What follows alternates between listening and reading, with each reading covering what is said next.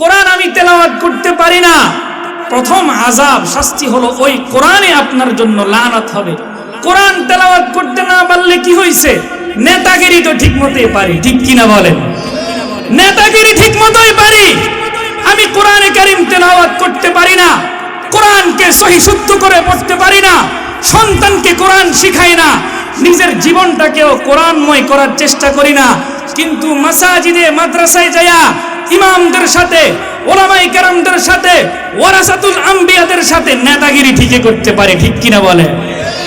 তুমি আগে কোরআনে কারীমকে তেলাওয়াত করো, সহি শুদ্ধ করে শিখো, নিজের জিন্দেগিতে বাস্তবায়ন করার চেষ্টা করো, তারপরে যায়া নেতাগিরি করো। আওয়াজ দিয়ে বলেন ঠিক কিনা? আব্দুল্লাহ, আব্দুল করিম, আব্দুস সামাদ, আমি নিজেকে মুসলমানের সন্তান দাবি করি, নিজে একজন মুসলমান হিসেবে দাবি করি, কিন্তু অথচ আমি নিজেকে মুসলিম দাবি করার পরেও আমি চাঁদাবাজি করি, আমি চুরি করি, আমি সন্ত্রাসী করি, আমি রাহজারি করি, খুন খারাপি করি, টেন্ডারবাজি করি, আমি জিনা ব্যভিচার করি, অথচ নিজেকে আমি আবার মুসলমানও দাবি করি। যে ব্যক্তি নিজেকে মুসলমান দাবি করে সেই ব্যক্তি চুরি করতে পারে না, যেই ব্যক্তি নিজেকে মুসলিম দাবি করে সেই ব্যক্তি চাঁদাবাজি করতে পারে না, টেন্ডারবাজি করতে পারে না, চুগলখড়ি করতে পারে না, চুরি ডাকাতি সন্ত্রাসী করতে পারে না, অন্যের উপর জুলুম করতে পারে না, ঠিক কিনা বলেন? এই জন্য আমি যদি নিজেকে মুসলমান দাবি করে থাকি তাহলে আমাকে মিথ্যাবাদ দিতে হবে, চুরিবাদ দিতে হবে, সন্ত্রাসী, রাহজারি, খুন খারাপি, চাঁদাবাজি, টেন্ডারবাজি, সুদ, ঘুষ, জিনা, ব্যভিচার, অন্যায়, জুলুম, এগুলো থেকে বিরত হতে হবে। কিন্তু এগুলো থেকে যদি বিরত না থাকি, আবার নিজেকে মুসলমান দাবি করি, তাহলে আমার জিন্দেগি ধ্বংস হয়ে যাবে, ঠিক কিনা বলেন? মান আমিলা সালিহাম মিন যাকারিন আও উনসা وهو مؤمن فلنحيينه حياة طيبة ولنجزينهم أجرهم بأحسن ما كانوا يعملون। যে সকল পুরুষ মহিলারা নেক কাজ করবেন, ভালো কাজ করবেন, রব্বুল আলামিন তাদেরকে দুনিয়ার জীবনেও পবিত্র জীবন দান করবেন এবং পরকালেও তাদের প্রাপ্য পুরস্কার রব্বুল আলামিন দান করবেন। সুবহানাল্লাহ।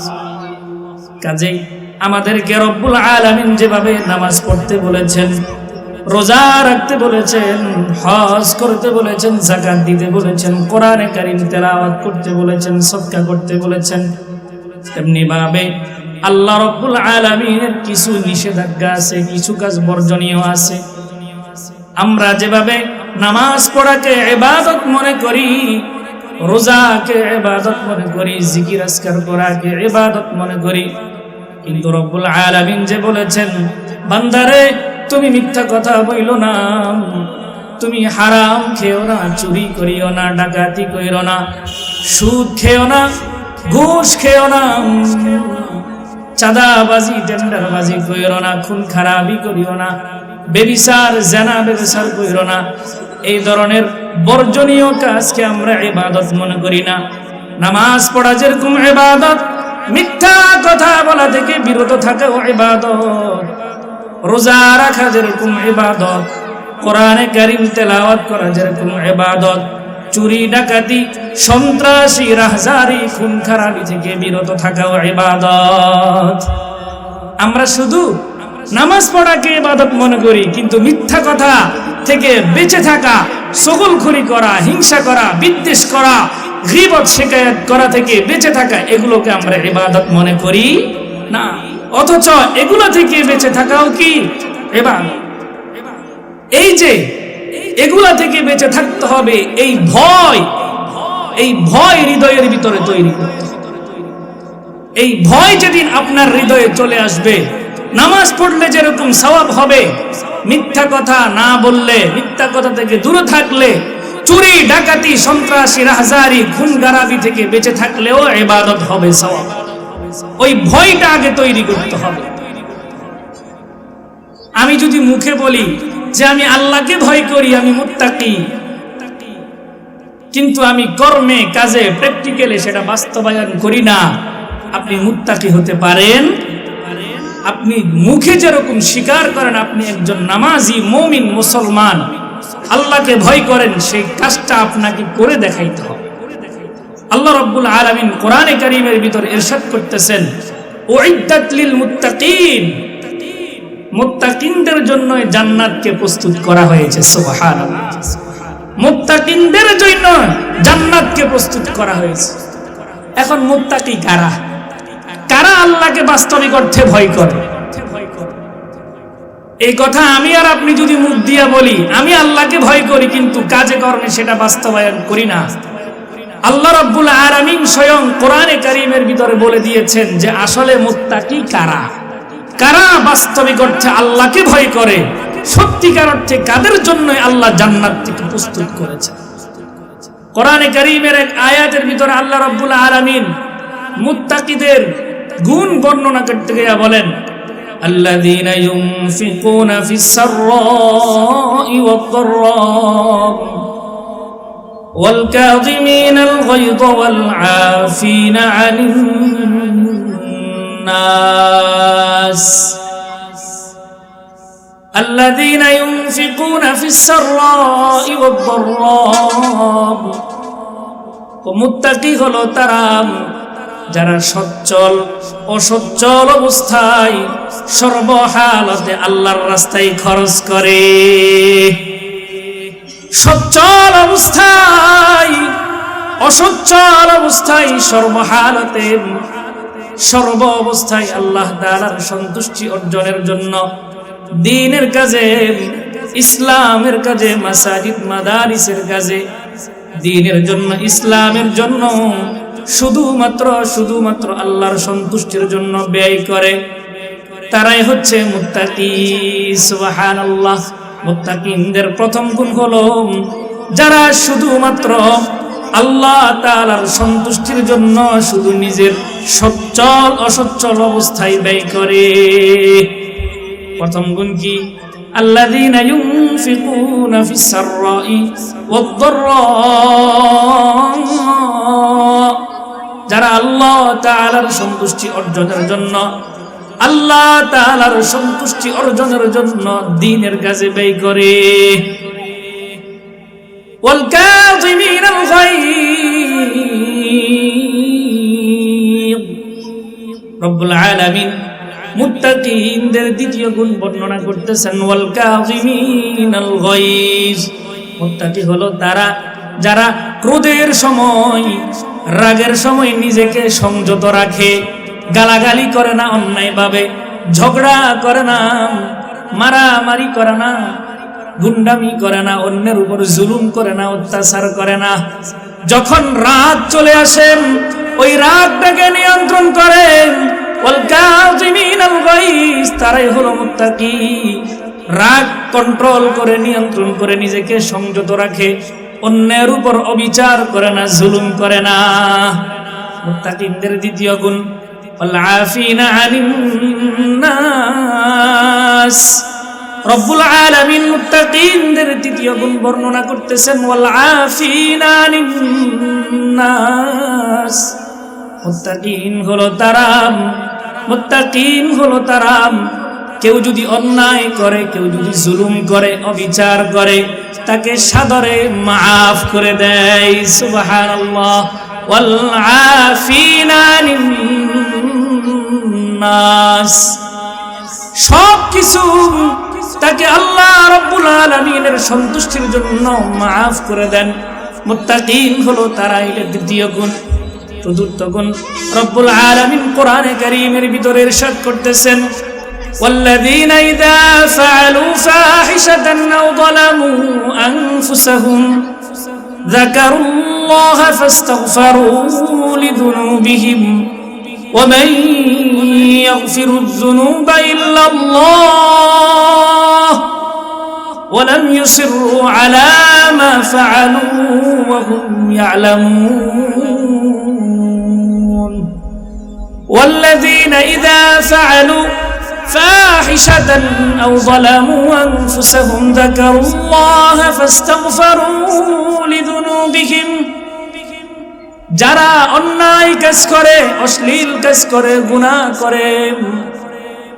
করার পরে রব্বুল আলামিনের কাছে অনুতপ্ত হয়, নিজের গুনাহের জন্য আল্লাহ তাআলার দরবারে ছোট হয়, রোনা জারি করে, কান্নাকাটি করে, অবনত হয়ে রব্বুল আলামিনের কাছে ফরিয়াদ করে, আল্লাহ আমি ভুল করে ফেলেছি, আল্লাহ আমাকে মাফ করে দেন, আল্লাহ আমি অন্যায় করে ফেলেছি, আর অন্যায় করব না। ওয়ামান ইয়াগফিরুয যুনুবা ইল্লাল্লাহ, আল্লাহ রাব্বুল আলামিন তাদেরকে মাফ করে দেন, সুবহানাল্লাহ।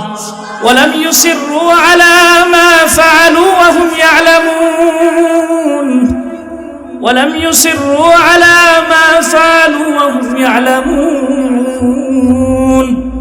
আল্লাহ রাব্বুল আলামিন বলতেছেন, আমার বান্দা বান্দি অন্যায় করেছে, গুনাহ করেছে, আমার কাছে গভীর রজনীতে উঠে 2 রাকাত নফল নামাজ পড়ে তাওবা করতেছে, আল্লাহ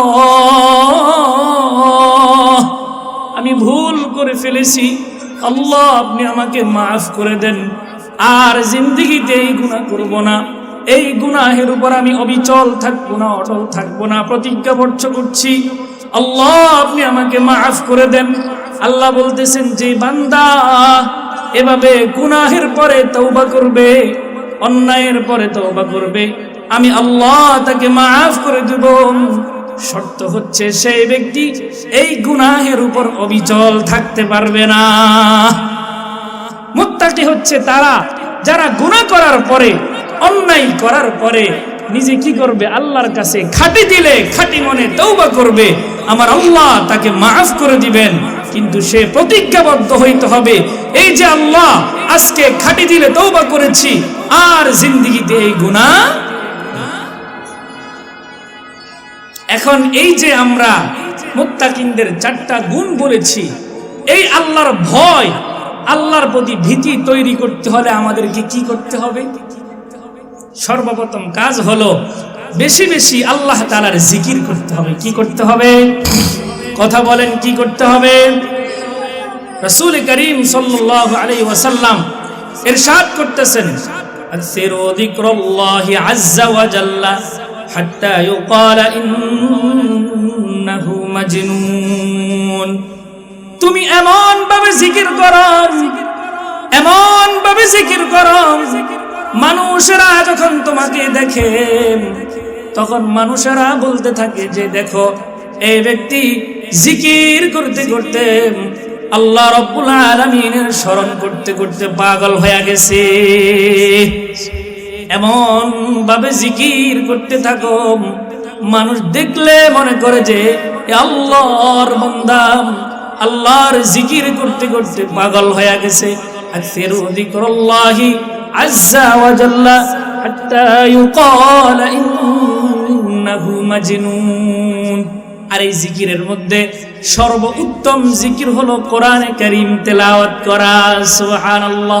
আফজালুজ যিকরি তিলাওয়াতুল কুরআন। আল্লাহর হাবিব সাল্লাল্লাহু আলাইহি ওয়াসাল্লাম ইরশাদ করতেছেন, তোমরা বেশি বেশি কোরআনে কারীম তেলাওয়াত করো। কোরআনে কারীম আমরা তেলাওয়াত করিনি, খবর নাই।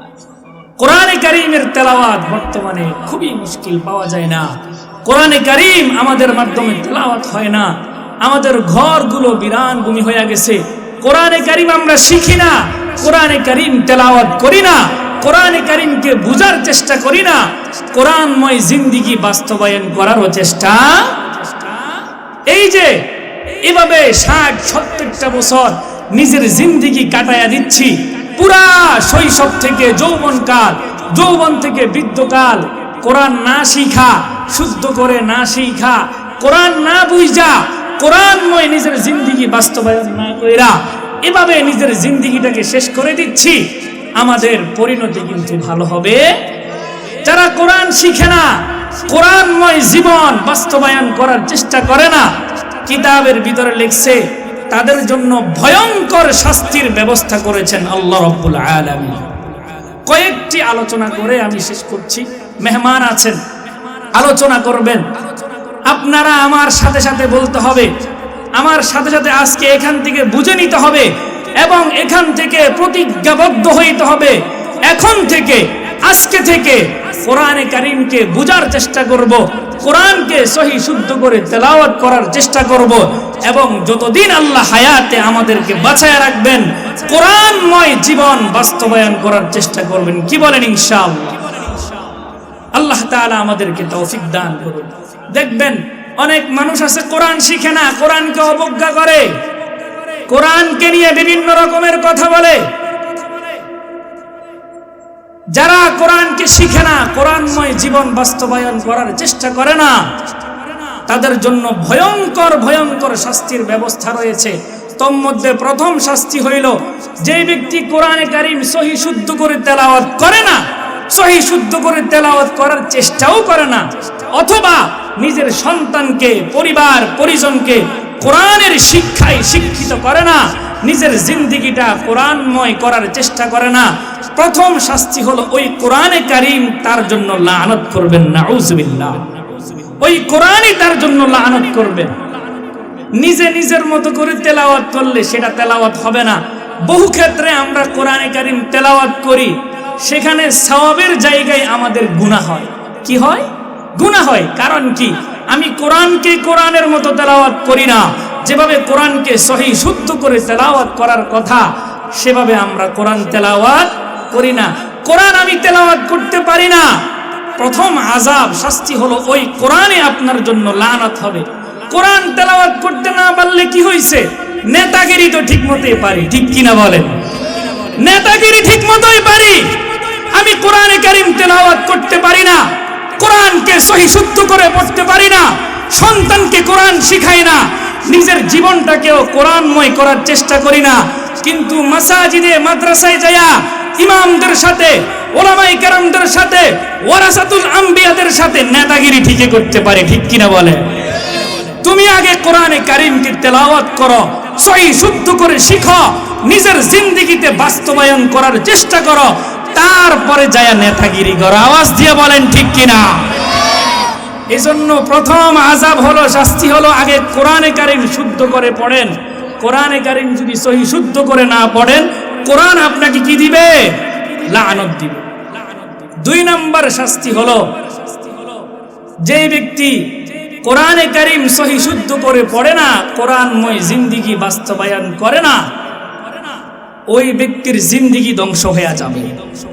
খুব খেয়াল করে দেখেন, আব্দুল্লাহ, আব্দুল করিম, আব্দুল সামাদ, আমি নিজেকে মুসলমানের সন্তান দাবি করি, নিজে একজন মুসলমান হিসেবে দাবি করি, কিন্তু অথচ আমি নিজেকে মুসলিম দাবি করার পরেও আমি চাঁদাবাজি করি, আমি চুরি করি, আমি সন্ত্রাসী করি, আমি রাহজারি করি, খুন খারাপি করি, টেন্ডারবাজি করি, আমি জিনা ব্যভিচার করি, অথচ নিজেকে আমি আবার মুসলমানও দাবি করি। যে ব্যক্তি নিজেকে মুসলমান দাবি করে সেই ব্যক্তি চুরি করতে পারে না, যেই ব্যক্তি নিজেকে মুসলিম দাবি করে সেই ব্যক্তি চাঁদাবাজি করতে পারে না, টেন্ডারবাজি করতে পারে না, চুগলখড়ি করতে পারে না, চুরি ডাকাতি সন্ত্রাসী করতে পারে না, অন্যের উপর জুলুম করতে পারে না, ঠিক কিনা বলেন? এই জন্য আমি যদি নিজেকে মুসলমান দাবি করে থাকি, তাহলে আমাকে মিথ্যাবাদ দিতে হবে, চুরিবাদ দিতে হবে, সন্ত্রাসী, রাহজারি, খুন খারাপি, চাঁদাবাজি, টেন্ডারবাজি, সুদ, ঘুষ, জিনা, ব্যভিচার, অন্যায়, জুলুম, এগুলো থেকে বিরত থাকতে হবে। কিন্তু এগুলো থেকে যদি বিরত না থাকি, আবার নিজেকে মুসলমান দাবি করি, তাহলে আমার জিন্দেগি ধ্বংস হয়ে যাবে, ঠিক কিনা বলে? এই জন্য যারা কোরআন শিখে না, কোরআনময় জীবন বাস্তবায়ন করে না, তাদের দ্বিতীয় আযাব, দ্বিতীয় শাস্তি হচ্ছে তার জিন্দেগি নষ্ট হয়ে যাবে, জিন্দেগি ধ্বংস হয়ে যাবে। কয়টা কথা বললাম? 3 নম্বর শাস্তি, 3 নম্বর আযাব হলো, খুব খেয়াল করেন, বিরান বাড়ি চিনেন? যে বাড়িতে কেউ বসবাস করে না, দীর্ঘদিন যাবৎ পড়ে আছে, যে ঘর, যে বাড়ি, যে এলাকায় মানুষ দীর্ঘদিন বসবাস করে না, বিরান বাড়ি, একটা সময় গেলে সেখানে মানুষ যেতে ভয় পায়, সেখানে মানুষ যায় না, পোকামাকড়, হিংস্র প্রাণী সেখানে বসবাস করে। রাসূল করিম সাল্লাল্লাহু আলাইহি ওয়াসাল্লাম যারা কোরআন শিখে না, কোরআনকে নিজের জিন্দেগির সাথে বাস্তবায়ন করার চেষ্টা করে না, কোরআনকে ভালোবাসে না, কোরআন ওয়ালাদেরকে ভালোবাসে না। রাসূল করিম সাল্লাল্লাহু আলাইহি ওয়াসাল্লাম বলতেছেন, তারা হচ্ছে ওই সকল বিরান বাড়ির মতো যার দেহের ভিতরে কোরআন নাই, যার অন্তরে কোরআন নাই, যে আল্লাহর গোলামি বাদ দিয়া তখন শয়তানের গোলামি করা শুরু করে দেয়। ঠিক কিনা বলে? যে ব্যক্তির দেহে কোরআন নাই, যে ব্যক্তির দেহের ভিতরে রাসূলের সুন্নাহ নাই, যে ব্যক্তির হৃদয়ে কলবের ভিতরে আল্লাহ আল্লাহর রাসূলের প্রতি ভালোবাসা নাই, কোরআনের প্রতি মায়া মোহাব্বত নাই, সেই ব্যক্তি আল্লাহ তাআলার দাসত্ব বাদ দিয়া কার দাসত্ব করা শুরু করে?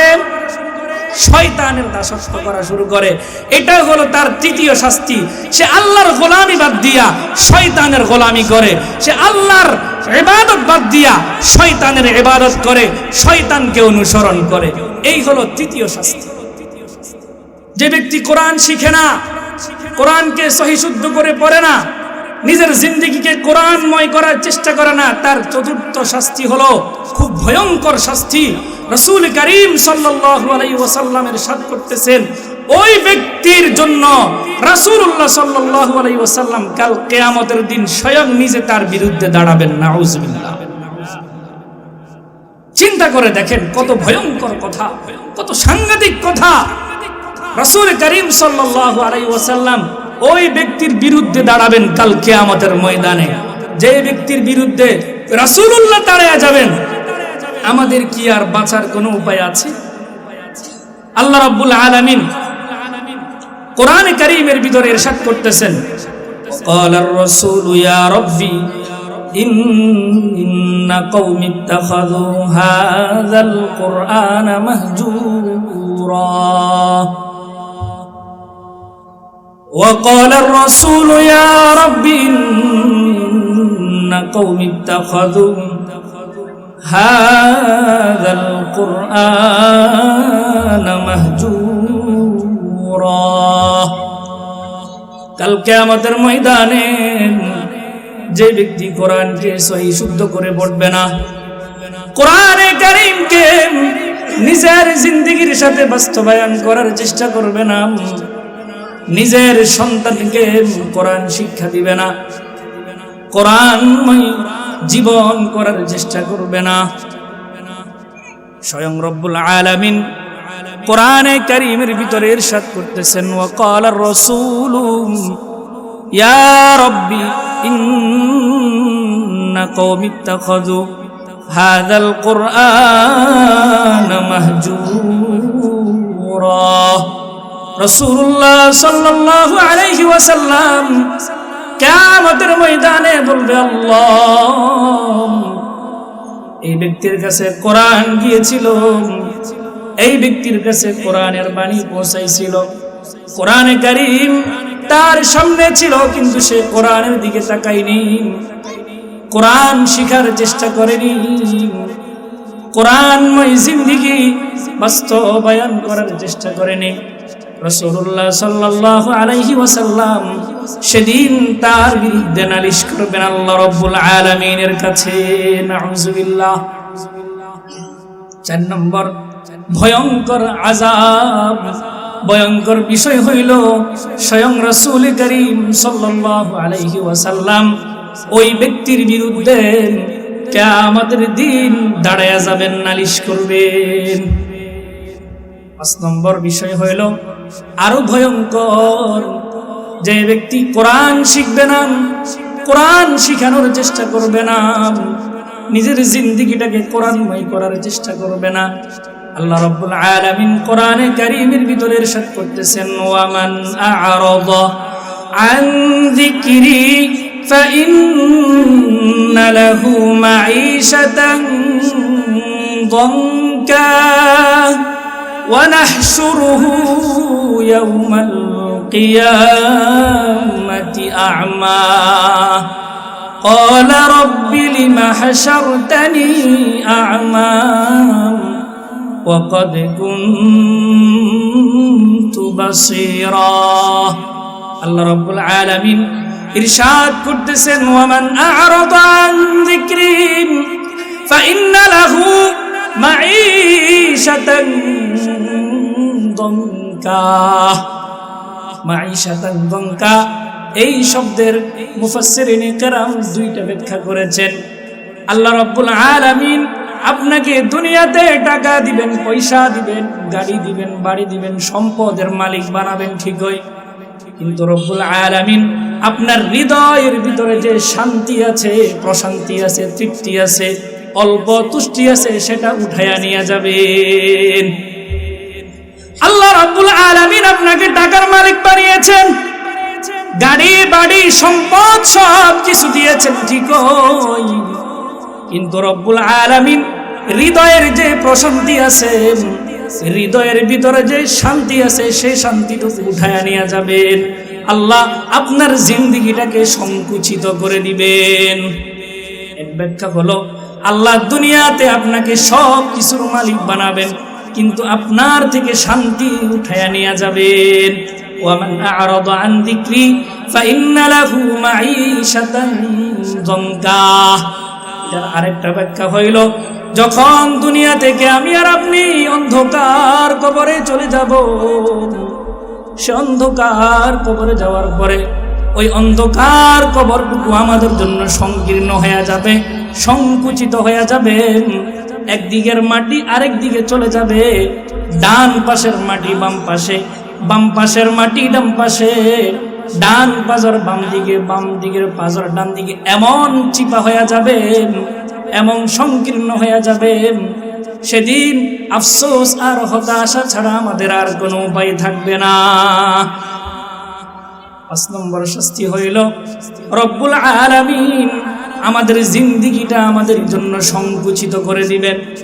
সেদিন রব্বুল আলামিনের কাছে আমরা ফরিয়াদ করব, ওয়ামান আ'রাদা আন যিকরি ফাইন্না লাহু মাঈশাতান যানকা ওয়া নাহশুরুহু ইয়াওমাল কিয়ামাতি আ'মা।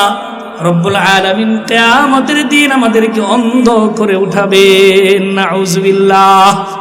দুনিয়াতে আল্লাহ রাব্বুল আলামিন আমাকে সুন্দর চোখ দান করেছেন, কিন্তু কিয়ামতের দিন আমার চক্ষু থাকবে না, আমি অন্ধ হয়ে উঠব। ওয়া নাহশুরুহু ইয়াওমাল কিয়ামাতি আ'মা। মানুষেরা বলবে, ক্বালা রাব্বি লিমা হাশারতানি আ'মা ওয়া ক্বাদ কুনতু বাসীরা। কিয়ামতের দিন যখন আমাকে আপনাকে অন্ধ করে আল্লাহ উঠাবেন, সেদিন আমরা আল্লাহকে প্রশ্ন করব, ওয়া ক্বাদ কুনতু বাসীরা। আয় রব্বুল আলামিন, দুনিয়াতে তো আমার চক্ষু ছিল, এই চোখের মাধ্যমে আমি কত কিছুই করেছি, আজকে আপনি কেন আমাকে অন্ধ করে উঠাইলেন? আল্লাহ গো, আপনি আমার চর্ম চক্ষুর সে আলো ফিরাইয়া দেন। আল্লাহ রাব্বুল আলামিন তার পরের আয়াতের ভিতরে বলতেছেন, ওয়া নাহশুরুহু ইয়াওমাল কিয়ামাতি আ'মা ক্বালা রাব্বি লিমা হাশারতানি আ'মা ওয়া ক্বাদ কুনতু বাসীরা ক্বালা কাযালিকা আতাতকা আয়াতুনা ওয়া কাযালিকাল ইয়াওমা তুনসা। আল্লাহু আকবার। সেদিন রব্বুল আলামিন বান্দা বান্দিকে ডাক দিয়ে বলবেন, আমার বান্দারে, আমি আল্লাহ দুনিয়াতে তোমার জন্য কোরআন পাঠিয়েছিলাম, কোরআন শিখার জন্য আমার নবী রাসূলদেরকে পাঠিয়েছিলাম, ওয়ারাসাতুল আম্বিয়াদেরকে পাঠিয়েছিলাম, এত সুন্দর মাহফিলের আয়োজন করেছিলাম, তোমার সামনে কোরআন এসেছিল। ক্বালা কাযালিকা আতাতকা আয়াতুনা ফানাসিতাহা। তুমি সেদিন ওই কোরআনের দিকে তাকায়ও দেখো নাই, কোরআন থেকে মুখ ফিরিয়ে নিছো, কোরআনকে সহি শুদ্ধ করে শিখার চেষ্টা করো নাই, সন্তানদেরকে কোরআন শিখাও নাই, দিন শিখাও নাই, নিজের জিন্দেগিটাকে কোরআনময় করার চেষ্টা করো নাই। ক্বালা কাযালিকা আতাতকা আয়াতুনা ফানাসিতাহা ওয়া কাযালিকাল ইয়াওমা তুনসা। আল্লাহ ডাক দিয়া বলবেন, বান্দা যাও, আজকে আমি আল্লাহ তুমি দুনিয়াতে যেভাবে আমার কোরআন থেকে মুখ ফিরায় নিছো, তুমি যেভাবে দুনিয়াতে কোরআন শিখো নাই, ওয়ারাসাতুল আম্বিয়ারা, আমার নবীরা, আমার রাসূলেরা তোমার কাছে কোরআন নিয়ে গেছিল, তুমি কোরআন থেকে মুখ ফিরে আনিছো, কোরআনকে ভুলে গেছো। আজকে আমি আল্লাহ তোমার থেকে মুখ ফিরে আনিলাম, তোমাকে ভুলে গেলাম। নাউজুবিল্লাহ। চিন্তা করে দেখেন, যদি আল্লাহ রাব্বুল আলামিন আমাদেরকে ভুলে যান, আমাদের থেকে মুখ ফিরে আনেন, আমাদের কি অবস্থা? এই হলো 5 নম্বর গেল, সময় শেষ হয়ে গেছে, এখনো আলোচনা অনেক বাকি। যাই হোক, আমি যে আলোচনাগুলো করতেছিলাম, আপনি যদি কোরআনে কারীম সহি শুদ্ধ করে না পড়েন, নিজে কোরআন না শিখেন, নিজের সন্তানদেরকে, নিজের পরিবারকে, স্ত্রীকে, মেয়েকে দ্বীন শিক্ষা না দেন, নিজের জিন্দেগিটা কোরআনময় করার চেষ্টা না করেন, এই সকল আযাব আমার আপনার জন্য অপেক্ষা করছে। 6 নম্বর হলো ওয়ানাহশুরুহুম ইয়াউমাল কিয়ামাতি আলা ওয়ুজুহিহিম উময়াও ওয়া বুকমাও ওয়া সুম্মা মাওয়াহুম জাহান্নাম কুল্লামা খাবাত জিদনাহুম সাইরা। আল্লাহ রাব্বুল আলামিন অন্য আয়াতের ভিতরে ইরশাদ করতেছেন, ওই কাল কিয়ামতের দিন কঠিন পরিস্থিতিতে আল্লাহ রাব্বুল আলামিন আমাদেরকে সেদিন মুখের উপর ভর দিয়া সমবেত করবেন। আমরা সেদিন বধির থাকব, অন্ধ থাকব, বয়রা থাকবো, আমাদের কোনো শক্তি থাকবে না। আল্লাহ মুখের উপর ভর দিয়া অন্ধ বানায়া, বয়রা বানায়া, বধির বানায়া সেই কিয়ামতের দিন আমাদেরকে সবার সামনে সমবেত করবেন। কি মনে করছেন নিজেকে? আজকে নিজেকে অনেক কিছু ভাবতেছেন। আপনি আব্দুল্লাহ আব্দুল করিম, আজকে আপনার শরীরে রক্ত আছে, আপনার ক্ষমতা আছে, আপনার পাওয়ার আছে, আপনার শক্তি আছে।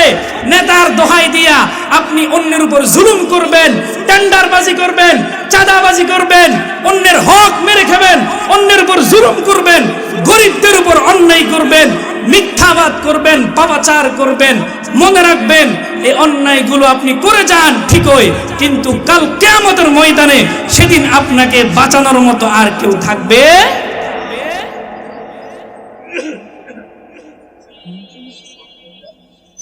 যাই হোক, এই জন্য আমাকে আপনাকে কি করতে হবে?